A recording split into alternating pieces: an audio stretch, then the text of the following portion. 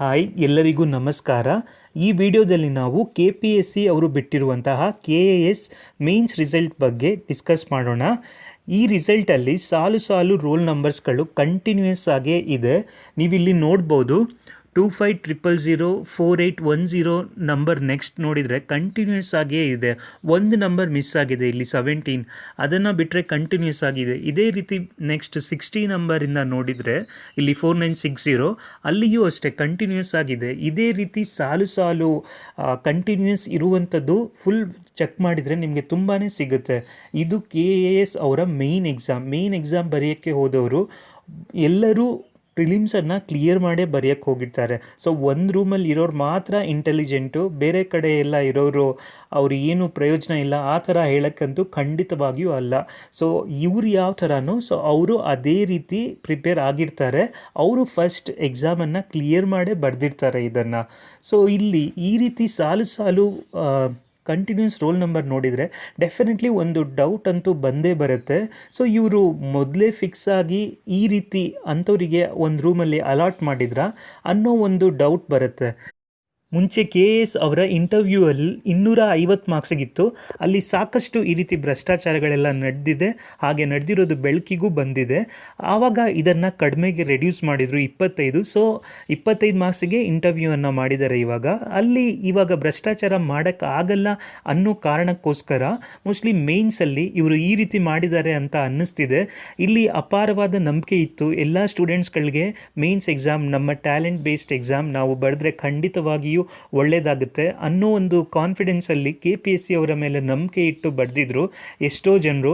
But ಈ ರೀತಿ ಸಾಲು ಸಾಲು ರೋಲ್ ನಂಬರ್ಗಳು ಬಿಟ್ಟಿರೋದನ್ನು ನೋಡಿದರೆ ನಿಜವಾಗ್ಲೂ ಎಂಥವರಿಗೂ ಡೌಟ್ ಬರುತ್ತೆ ಇದು ನಿಜಾನ ಅಂತ. ಇನ್ನೊಂದು ವಿಷಯ ಹೇಳ್ತೀನಿ, ಎಷ್ಟೋ ಜನರು UPSC ಮೇನ್ಸನ್ನು 2 ಬಾರಿ ಕ್ಲಿಯರ್ ಮಾಡಿರೋರು ಇದ್ದಾರೆ. ಅವರು KAS ಮೇನ್ಸ್ ಎಕ್ಸಾಮನ್ನು ಕ್ಲಿಯರ್ ಮಾಡಿಲ್ಲ. ಹಾಗೆ ನನಗೆ ಗೊತ್ತಿರುವಂಥ ಪರ್ಸ್ನಲಿ ಫ್ರೆಂಡ್ ಇದ್ದಾರೆ, KPSC ಅವರ ಆಲ್ಮೋಸ್ಟ್ ಕಂಟಿನ್ಯೂಯಸ್ ಎಕ್ಸಾಮನ್ನು ಕ್ಲಿಯರ್ ಮಾಡಿದ್ದಾರೆ. 4-5 ಎಕ್ಸಾಮನ್ನು ಈ ವರ್ಷ ನಡೆದಿರುವಂಥದ್ದು ಪ್ರತಿಯೊಂದು ಎಕ್ಸಾಮನ್ನು ಕ್ಲಿಯರ್ ಮಾಡಿದ್ದಾರೆ. KAS ಮೇನ್ಸ್ನ 1:3 ಎಲಿಜಿಬಲ್ ಆಗಿಲ್ಲ ಅಂದರೆ ಫೈನಲ್ ರಿಸಲ್ಟ್ ಬೇಡ, ಬಟ್ ಇಂಟರ್ವ್ಯೂಗೂ ಸೆಲೆಕ್ಟ್ ಆಗಿಲ್ಲ ಅಂತ ಅಂದರೆ ಇದನ್ನು ನಂಬಕ್ಕೆ ಸಾಧ್ಯ ಇಲ್ಲ.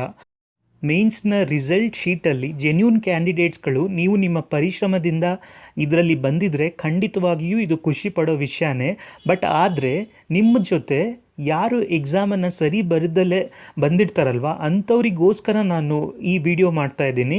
ನೀವು ಹಾನೆಸ್ಟಾಗಿ ಬರೆದು ನಿಮ್ಮ ಹೆಸರನ್ನು ಬಂದಿದ್ದರೆ ನಿಜವಾಗ್ಲೂ ಇದು ಅಪ್ರಿಷಿಯೇಟ್. ನಿಮ್ಮನ್ನು ಡಿಸ್ಕರೇಜ್ ಮಾಡೋದಕ್ಕೋಸ್ಕರ ಅಂತೂ ಖಂಡಿತವಾಗಿಯೂ ಇಲ್ಲ ಈ ವಿಡಿಯೋ. ಇದು ಏನಕ್ಕೆ ಅಂತ ಅಂದರೆ ಈ ರೀತಿ ಮುಂದೆ ಆಗಬಾರ್ದು.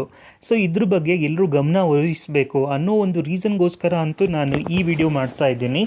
ನಿಮಗೆ ನೆಕ್ಸ್ಟ್ ಇಂಟರ್ವ್ಯೂಯಲ್ಲೂ ಭ್ರಷ್ಟಾಚಾರ ಆಗಬಾರ್ದಲ್ವ, ಅದಕ್ಕೋಸ್ಕರ ನಾನು ಅವೇರ್ನೆಸ್ಗೋಸ್ಕರ ಈ ವಿಡಿಯೋವನ್ನು ಮಾಡ್ತಾ ಇದ್ದೀನಿ. ನೆಕ್ಸ್ಟ್ ನೀವು ಈ ಎಕ್ಸಾಮನ್ನು ಸೆಲೆಕ್ಟ್ ಆಗಿರ್ಬೋದು, ಬಟ್ ಇನ್ನೂ ಒಂದು ಪ್ರಾಸೆಸ್ ಇದೆ. ಇಂಟರ್ವ್ಯೂ ಆದಮೇಲೆ ಫೈನಲ್ ರಿಸಲ್ಟ್ ಬರುತ್ತೆ. ಸೊ ಅಲ್ಲಿ ಮತ್ತೆ ಫಿಲ್ಟರ್ ಔಟ್ ಮಾಡ್ತಾರೆ. ಅದಕ್ಕೋಸ್ಕರ ಈ ಫುಲ್ ಪ್ರಾಸೆಸ್ಸೇ ಟ್ರಾನ್ಸ್ಪರೆಂಟ್ ಆಗಿದ್ದರೆ ಯಾವ ಒಬೀಡಿಯಂಟ್ ಸ್ಟೂಡೆಂಟ್ ಇದ್ದಾರೆ, ಹಾನೆಸ್ಟ್ ಸ್ಟೂಡೆಂಟ್ಗಳು ಯಾರಿದ್ದಾರೆ ಅವರಿಗೆ ಯಾವ ಸ್ಟೆಪ್ಪಲ್ಲಿಯೂ ಅನ್ಯಾಯ ಆಗಲ್ಲ. ಸೊ ಅದಕ್ಕೋಸ್ಕರ ನಾವು ಈ 3 ಪ್ರಾಸೆಸ್ಗಳು ಟ್ರಾನ್ಸ್ಪರೆಂಟಾಗಿ ಇರಬೇಕು ಅನ್ನೋ ಒಂದು ಉದ್ದೇಶಕ್ಕೋಸ್ಕರ ನಾನು ಇದನ್ನು ಹೇಳ್ತಾ ಇದ್ದೀನಿ. ನಾನು ಈ ವಿಡಿಯೋ ಮಾಡ್ತಿರೋ ಮೇನ್ ಉದ್ದೇಶ ಅದಕ್ಕೋಸ್ಕರನೇ. ಸೊ ಈ ರೀತಿ ಸಾಲು ಸಾಲು ನಂಬರ್ಗಳು ಬಂದಿರುವಂಥದ್ದು ಇದರಲ್ಲಿ ಎಷ್ಟೋ ಹಾನೆಸ್ಟ್ ವಿದ್ಯಾರ್ಥಿಗಳು ಇದ್ದಾರೆ, ಅವ್ರಿಗೆ ತುಂಬಾ ಅನ್ಯಾಯ ಆಗಿದೆ. ಇವತ್ತು ಸಾಕಷ್ಟು ಜನ ಸ್ಟೂಡೆಂಟ್ಗಳು ಇದ್ರ ವಿರುದ್ಧ ರೈಸ್ ಮಾಡ್ತಾ ಇದ್ದಾರೆ. ದಯವಿಟ್ಟು ಅವರ ಸ್ಥಾನದಲ್ಲಿ ನೀವು ನಿಂತ್ಕೊಂಡು ಒಂದು ಸಲ ಯೋಚನೆ ಮಾಡಿ. ಯಾವಾಗಲೂ ನಾವು ಆ ಪೊಸಿಷನಲ್ಲಿ ಇದ್ದಾಗ ಅಷ್ಟೇ ನಮಗೆ ಅರ್ಥ ಆಗುವಂಥದ್ದು. ನಾವು ಇವಾಗ ಕ್ಲಿಯರ್ ಮಾಡಿರೋ ಕೆಲವೊಬ್ಬರು ಕ್ಯಾಂಡಿಡೇಟ್ಸ್ಗಳು ಇವರು ಓದಿಲ್ಲ ಹಾಗೆ ಹೀಗೆ ಅಂತ ನೀವು ಹೇಳ್ಬೋದು, ಬಟ್ ನಾಳೆ ದಿನ ನೀವು ಈ ಪರಿಸ್ಥಿತಿಯಲ್ಲಿ ಇದ್ದಾಗ ಅಷ್ಟೇ ನಿಮಗೆ ಗೊತ್ತಾಗತ್ತೆ. ನೀವು ಆಸ್ಪಿರೆಂಟ್ಸ್ಗಳಾಗಿ ಒಬ್ಬರ ಕಷ್ಟಕ್ಕೆ ಇನ್ನೊಬ್ಬ ಆಸ್ಪಿರೆಂಟ್ಸ್ಗಳು ಸ್ಪಂದಿಸಬೇಕಾಗತ್ತೆ. ಇಲ್ಲಿ ಇವಾಗ ನಿಮಗೆ ಈ ಪೊಸಿಷನಲ್ಲಿ ನೀವಿಲ್ಲ, ಬಟ್ ಇಲ್ಲಿ ರೆಗ್ಯುಲರ್ ಸೈಕಲ್ ನಡೀತಾನೆ ಇರುತ್ತೆ, ರಿಪಿಟೇಟಿವ್ ಸೈಕಲ್ ಇದು. ಸೊ ಅದಕ್ಕೋಸ್ಕರ ಈ ಎಕ್ಸಾಮಲ್ಲಿ ಹಿಂಗಾದರೆ ನಾಳೆ ಇನ್ನೊಂದು, ಸೊ ಅಲ್ಲಿ ನೀವು ಆ ಸ್ಥಾನದಲ್ಲಿ ಬರ್ಬೋದು. ಹಾಗೆ ಇತ್ತೀಚೆಗೆ KPSC ಅವರು ಬಿಟ್ಟಿರುವಂಥ ಲಿಸ್ಟಲ್ಲಿ ಗ್ರೂಪ್ B ಆಗಿರ್ಬೋದು, PDO ಆಗಿರ್ಬೋದು, ಇದರಲ್ಲಿ ಕಟ್ ಆಫನ್ನು ನೋಡಿದರೆ ಎಕ್ಸಾಮ್ ಎಷ್ಟು ಕಾಂಪ್ಲಿಕೇಟೆಡ್ ಆಗಿತ್ತು ಅಂದರೆ ಎಲ್ಲರೂ ಹೇಳ್ತಿದ್ರು. ಇನ್ಫ್ಯಾಕ್ಟ್ ನಾನು ಕ್ವಶನ್ ಪೇಪರ್ ಎಲ್ಲ ನೋಡಿದ್ದೆ PDOದು ಎಲ್ಲನೂ. ಆ್ಯಕ್ಚುಲಿ ತುಂಬಾ ತುಂಬಾ ಡಿಫಿಕಲ್ಟ್ ಲೆವೆಲಲ್ಲಿತ್ತು. ಬಟ್ ಕಟ್ ಆಫ್ ಇಷ್ಟಿಷ್ಟು ಬಂದಿದೆ. ಸೊ ಇಷ್ಟು ಡಿಫಿಕಲ್ಟ್ ಎಕ್ಸಾಮಲ್ಲಿಯೂ ಇಷ್ಟು ಕಟ್ ಆಫ್ ಅಂತ ಹೇಳಿದಾಗ ಇನ್ನೂ ಯಾವ ರೀತಿ ಓದಬೇಕು ಅನ್ನೋದು ಗೊತ್ತಾಗಲ್ಲ. ಸೊ ಇದೆಲ್ಲ ವಿಷಯದಿಂದ ನನಗೆ KPSCಯಲ್ಲಿ ಎಲ್ಲೋ ಒಂದು ಕಡೆ ಭ್ರಷ್ಟಾಚಾರ ಇರ್ಬೋದು ಅಂತ ಅನ್ನಿಸ್ತು. ಅದಕ್ಕೋಸ್ಕರ ನಾನು ಈ ಒಪಿನಿಯನನ್ನು ಕೊಡ್ತಾ ಇದ್ದೀನಿ.